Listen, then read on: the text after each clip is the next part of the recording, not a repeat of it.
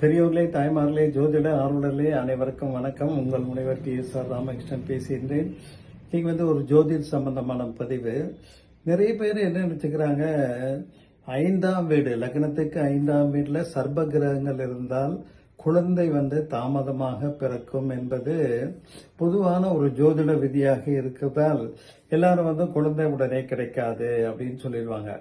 ஆனா விதிவிலக்குங்கிறது எல்லா இதுலயுமே இருக்கு. அது மாதிரி ஜோதிடத்திலேயே இதுக்கு ஒரு விதிவிலக்கு இருக்கு.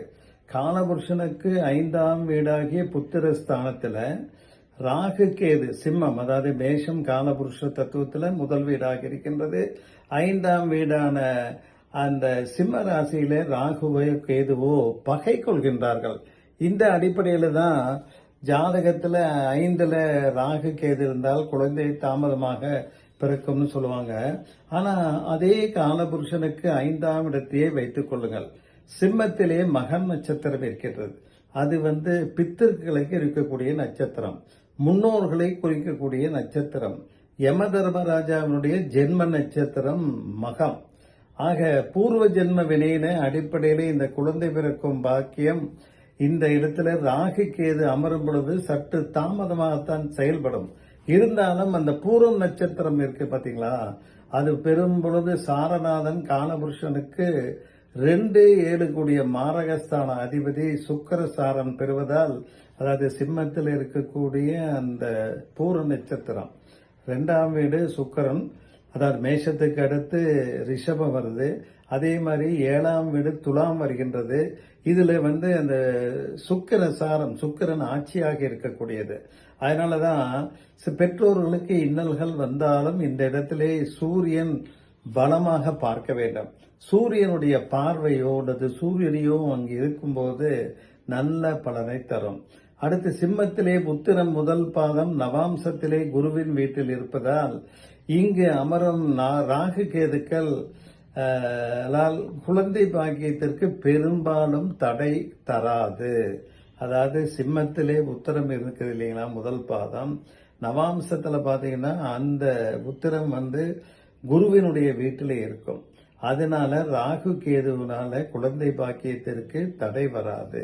இது திருமணமாகி ஒரு 2 வருஷம் 3 வருஷம் ஆகலாம், ஆனால் கண்டிப்பாக கிடைத்துவிடும். ராகு கேது 5இல் நட்பு வீட்டில் அமரும் பொழுது எந்தவித தடையும் இல்லை. சிம்மத்துல தான் ராகு கேது பகை ஆகிறாங்க. மற்ற பக்கம் இருக்கும்போது அந்த பகை பிரச்சனை வராது. ராகு கேது 5ல 5ஆம் அதிபதி லக்ன கேந்திரமோ திரிகோணத்திலே அமர்ந்தால் எந்த தடையும் ஏற்படுவதில்லை. ராகு கேது 5ல 5ஆம் அதிபதி ஆட்சி அல்லது உச்சம் பெற்றாலும் எந்தவித தடையும் இல்லை.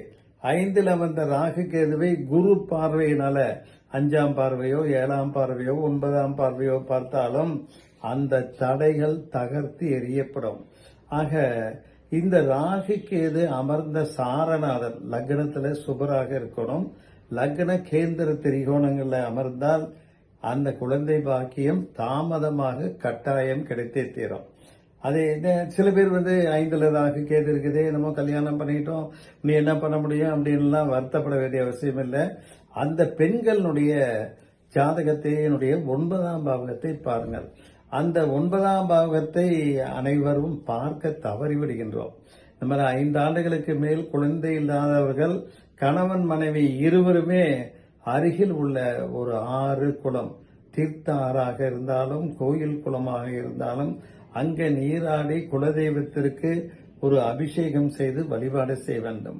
வீட்டிற்கு மஞ்சள் துணியில ஒரு 101 ரூபாய் வைத்து புரிந்து கொண்டு பூஜை செய்து வீட்டினுடைய தென்மேற்கு மூலை சவுத் வெஸ்ட் கார்னர், பூஜை ரூம்ல சவுத் வெஸ்ட் கார்னர்ல வச்சீங்க அப்படின்னா கட்டி விட்டுருங்க.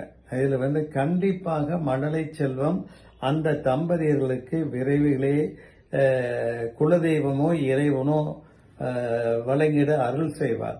அதே மாதிரி கணவன் மனைவி 100 ரூபாய் எடுத்து மழலை செல்வம் கிடைத்தவுடன் கொண்டு போய் கோயில்லையோ குலதெய்வம் கோயில்லையோ அந்த தீர்த்தம் எடுத்து மறுபடியும் ஒரு குடம், அந்த ஆறாக இருந்தாலும் சரி, வேறு குளமாக இருந்தாலும் சரி, இல்ல கோயில் தீர்த்த குளமாக இருந்தாலும் சரி, அந்த